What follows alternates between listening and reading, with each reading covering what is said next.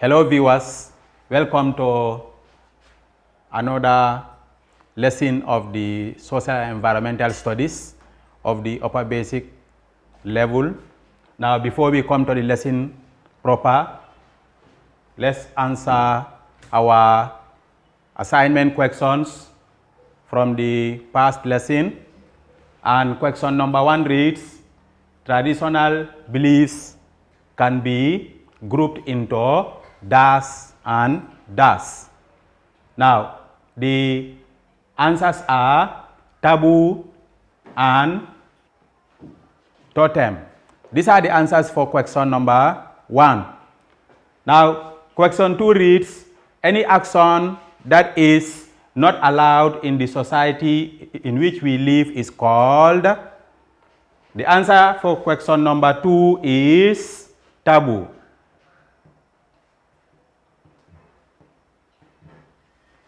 That's the answer for question 2.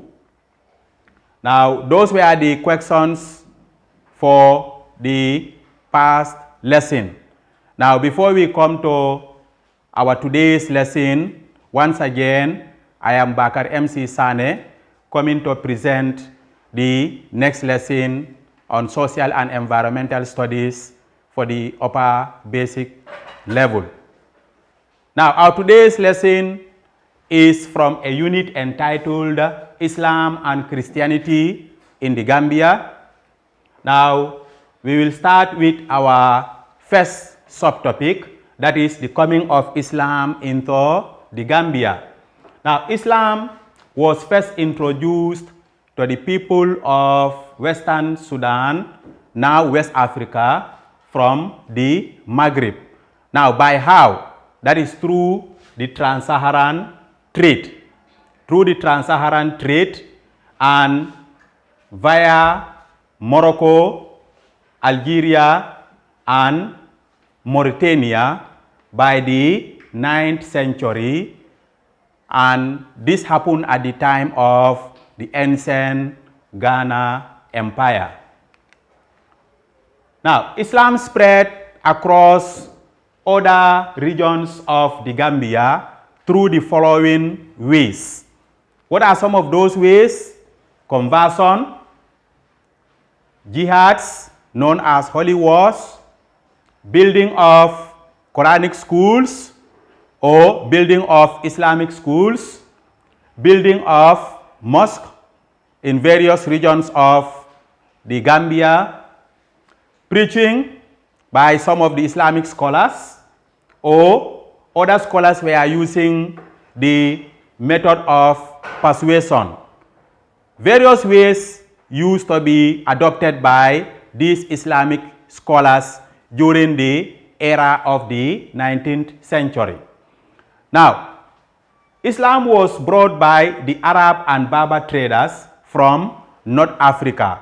Remember, that is different from the Western Sudan, which is now called West Africa. The region where these people used to migrate from is called North Africa, which is one of the regions in the continent of Africa. Now, by the end of the 19th century, in the Gambia, Islam spread through the jihads of Fode Kaba, Dumbuya, Fode Kombo, Silla, Maba Jakuba, Biram Sise, Said Matiba, Mahmoud Ndareba, etc. There used to be numerous Islamic leaders by that time. We might not be able to list all of them here, but just to give some examples. Now, among these jihadis, the first to wage a holy war during the 19th century for people to accept Islam was called Amat Ba, also known as Mabajahu Ba. Now, what were some of the mission of these jihadis? Now, the mission of the jihadis was to convert both the nominal Muslims and animists into Islam. Now, here are two categories of people here. One is nominal Muslims. Who were the nominal Muslims? These were the ceremonial Muslims. those who will assume the title of a Muslim, but in practice, they don't do what is expected of them. Now, who were the enemies? These were the people who adhere to the African traditional religious practices by that time.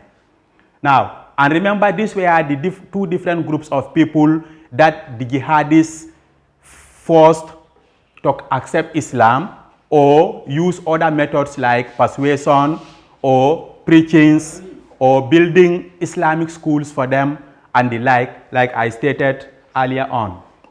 Now, among the ethnic groups to accept Islam in the Gambia, the first were the Fulas, and one of the descendants of the Fulas called Tukulor. These were the first ethnic groups to accept Islam, and it reads, Fula and Tukulor ethnic groups on the south bank of the river Gambia were the first to accept Islam.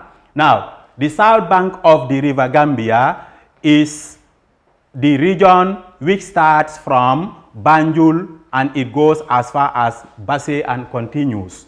Now, in the Gambia, we have the Supreme Islamic Council headed by a president. Now, this is the institution which is charged with the coordination of the religion of Islam in the Gambia, and the leader is known as a president. Now, in 2013, 96% of the Gambia's population is Muslim, according to the Gambia Bureau of Statistics Population and Housing Census in 2013. But although there is a presence of Buddhists and followers of the Baha'i faiths. Now, the Buddhists and the Baha'i are also followers of a particular religious denomination. Remember, this is also different from Islam. Now, this brings us to the portion of the map which captured the routes or roads taken by some of the prominent jihadists.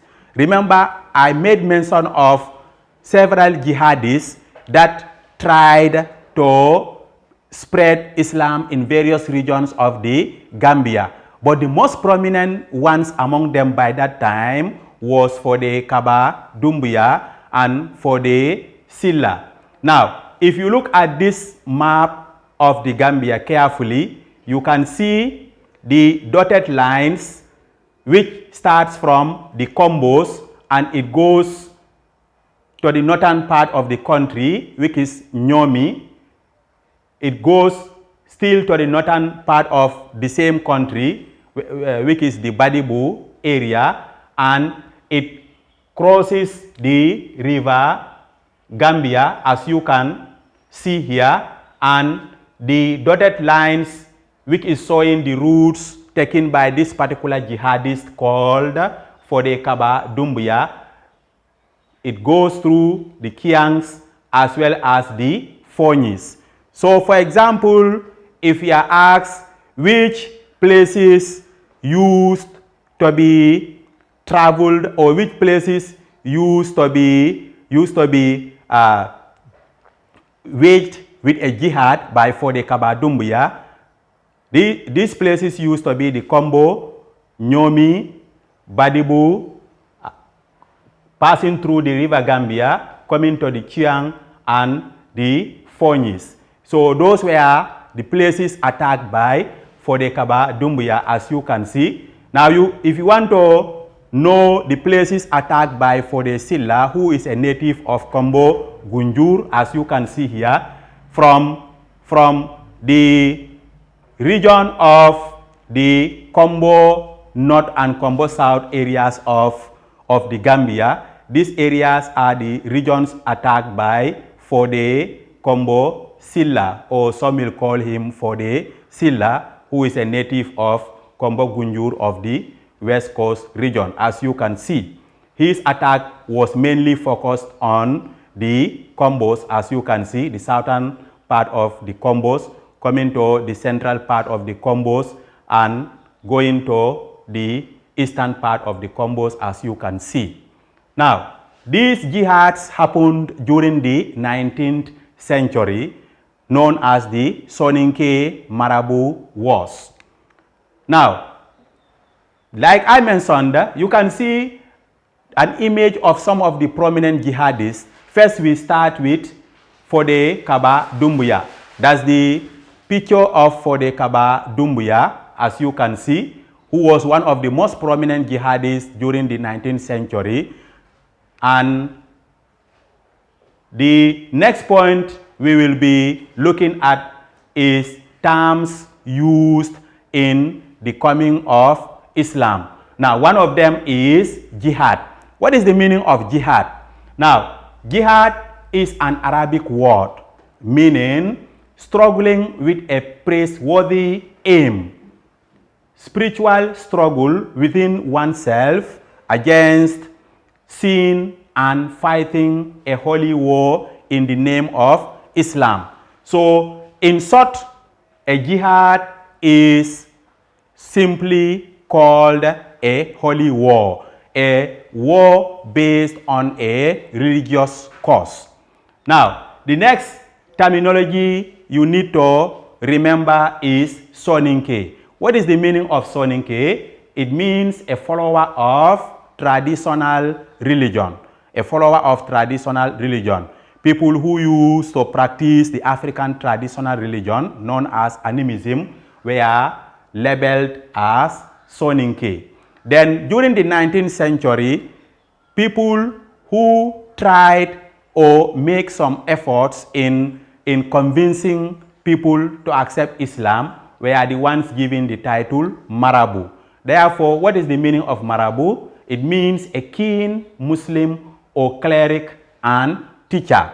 Now, the title here is not just confined to a spiritual healer or leader in the religion of Islam. It has different meanings. It can be a keen Muslim, a cleric, and a teacher as well. So these different categories of people were the ones called Marabu. Now, during this Soninke Marabu war, remember various places got attacked. And what are some of those places? Among them, some is found in the Republic of Senegal, some they are found in the Republic of the Gambia. As you can see it here, Sin, Salum, Nyani, Badibu, Nyomi, Kiang, Jara, Madina, Fonyi in the southern Senegal, Kabada, Kombo, Gunjur, which is in the Kombo south of the Gambia, Busumbala, and Futa Jalon. So you can see, if you combine all these places together, you realize that these are names of places located in the Republic of Senegal, the Gambia, as well as Guinea-Conakry. Now, the functions of these marabouts cannot be overemphasized. For example, here are some of the major functions of these marabouts by that time. One is establishment of Islamic schools. Among the roles played by them is the establishment of Islamic schools. One of those Islamic schools is the Mahad Islamic Institute, which is found in Brikama, Talending Islamic Institute, which is found in the Kanifing municipality, and you name them. Now, the other functions of marabouts is to make jujus, known as amulets.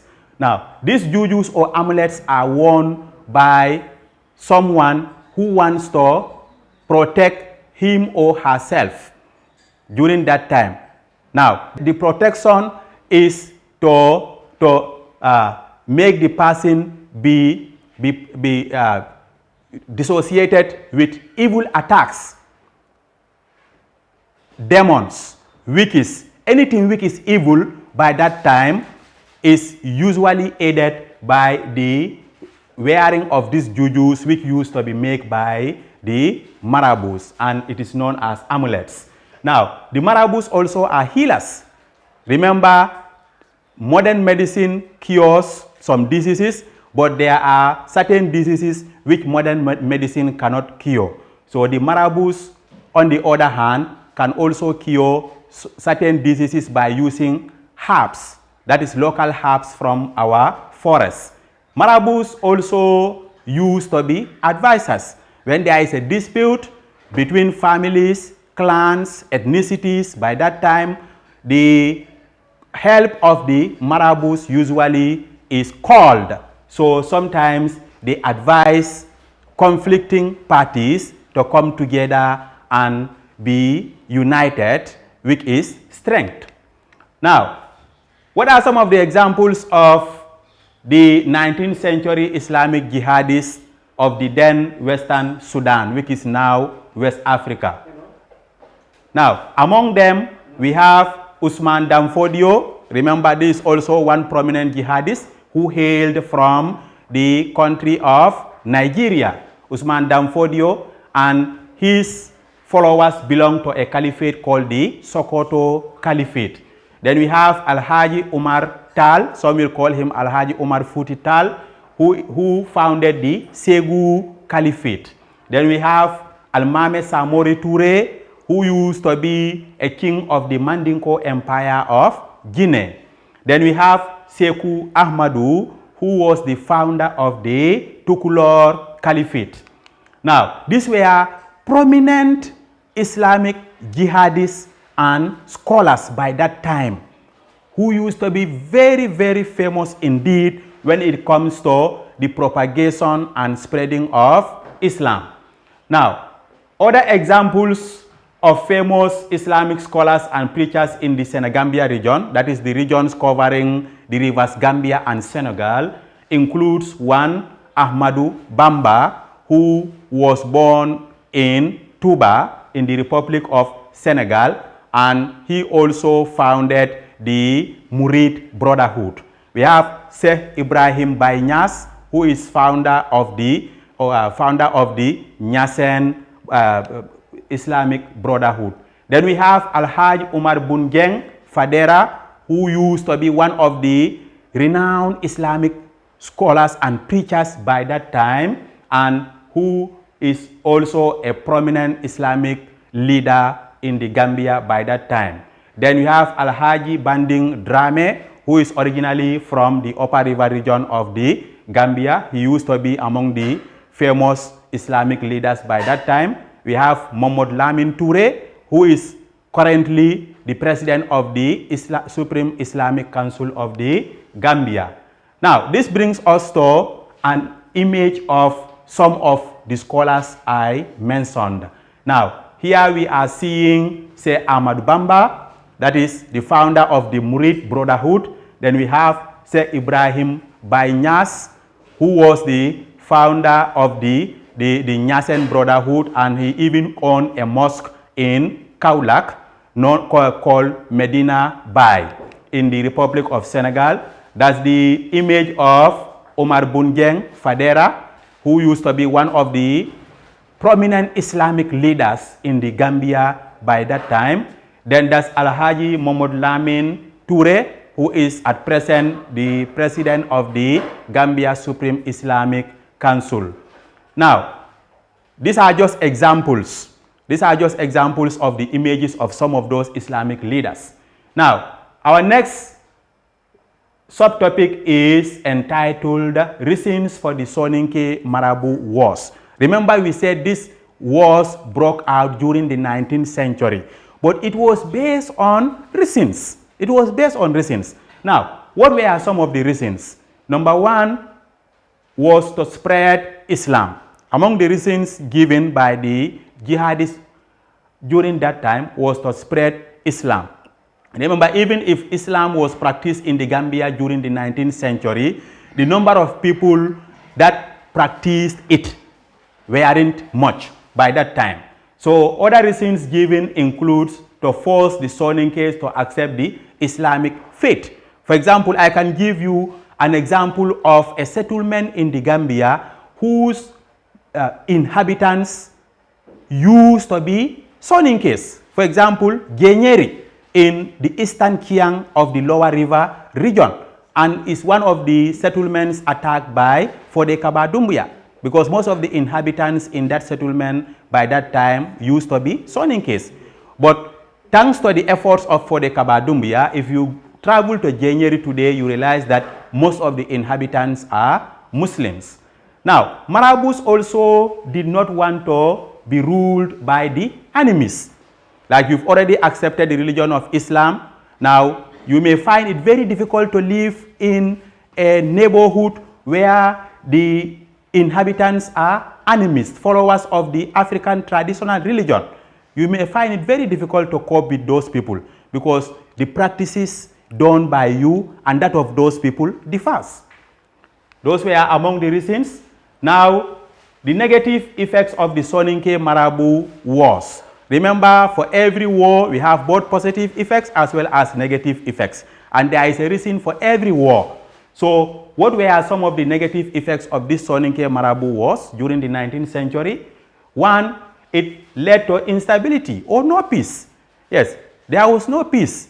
There was no decorum in our society by that time. People were just moving about indiscriminately like that. Yes, people were forced to leave their settlements, their residence, and the like. It also led to loss of lives and properties, poverty and hardship. The war brought poverty and hardship during that time, and it also affected trade and farming in the sub-region. Where there is war, if, for example, you are a farmer, you will not think of going to the farm. Yes, if you are a gardener, you will not think of going to the garden. If you work in the formal sector, where there is a war, you don't think of going to that formal sector and work. So it really affected not only farming, but even trade, the process of buying and selling of goods and services, exchanging that. This was very, very, very minimal by that time as a result of this war. Now, severe food shortages. Yes, severe food shortages. The war brought severe food shortages known as famine. It also led to that as well. So these are some of the negative effects of that Soninke Marabu wars, which was introduced by those jihadists I mentioned at the beginning of the lesson. Now, the Marabu leaders introduced different denominations at that time. Now, here are examples. Islamic sects in the Gambia, you can see Tijaniya, we have the Ahmadiyya, we have the Qadriya, the Muridiyya, the Wahhabiyya, and also we have the Shia. Now, remember, we have all these Islamic sects at present in the Gambia. Now, the problems equally faced by Muslim scholars in trying to convert people to Islam includes the following. For example, strong belief in traditional religion. In other words, these were some of the challenges faced by the jihadists at that time. Strong belief in traditional religion and resistance from local people. Resistance from local people. For example, the area attacked by Maba Jahuba was strongly resisted by the inhabitants. Maba faced some of those challenges in accepting people, especially in the north bank of the country where his jihad was waged. Now, indigenous populace couldn't read. That was another problem. Like, accepting the religion of Islam requires reading the Quran, which is written in the Arabic language. So this was one of the challenges faced by the Marabus by that time. Another challenge or problem was language barrier.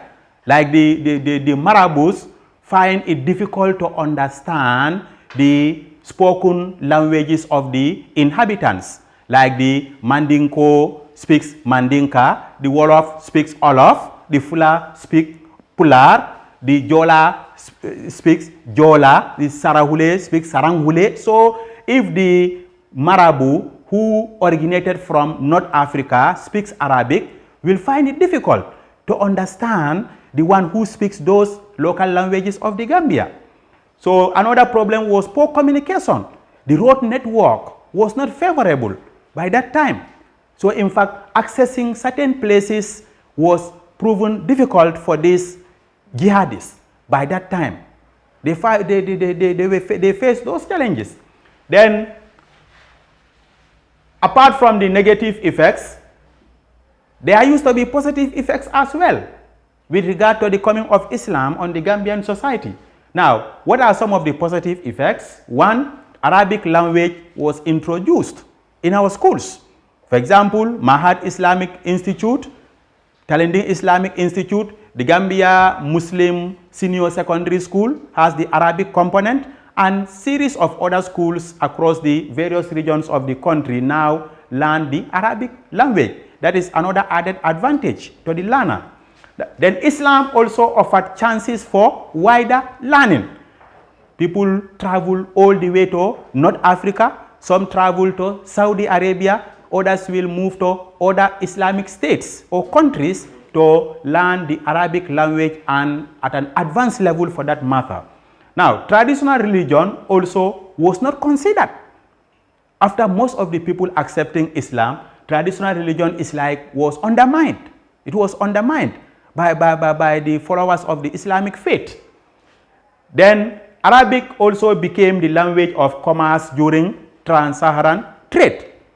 This was the main medium of communication during the trans-Saharan trade, which was one of the famous trades introduced in the Western Sudan by the traders from North Africa. Now, another positive effect is the establishment of Islamic schools, like Islamic schools established, like I made mention of some examples. The strong influence of Islam also led to the adoption of Islamic way of dressing. For example, on Fridays, mostly Muslims put on the kaftan. Some will put on other Islamic dresses on Fridays, and not only Fridays, even on other days, you will see people who accepted the religion of Islam dressing the Arab way. So that is another influence. It has a marked influence on the people's dress code, more especially those who accepted the religion of Islam.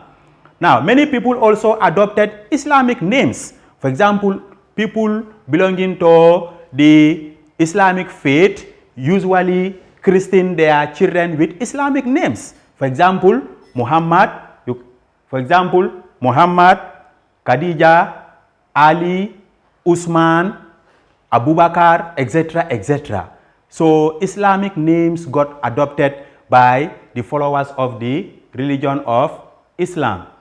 Now, after a long period of these jihads, the colonialists, the Europeans, finally intervened. Even up to date, if there is a war going in any particular country, be it a civil war or a regional war or whichsoever war which used to happen, for example, the First World War, Second World War, there is always an intervention, no matter what. Whether the intervention will come earlier or it will come at a later date, there is always an intervention.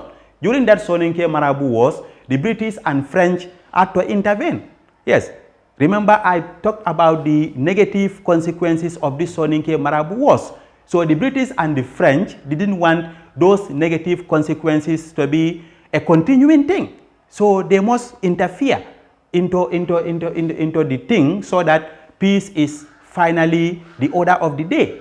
Now, what were some of the reasons why the British and the French intervened? Number one is because jihads, known as religious wars, disturbed the trade between the British, French, and the local people. Remember, the British, even though used to be involved in illegitimate trade, known as the transatlantic slave trade, they also introduced legitimate trade, known as the trade in goods. So this trade was really affected. It was really affected. So if a stoppage is not put to these wars, it will affect their earning capacity, it will affect their profits, come trade and commerce. Now, the other reason was to colonize the Gambia. That was among the reasons why they interfere in those wars, to colonize the Gambia.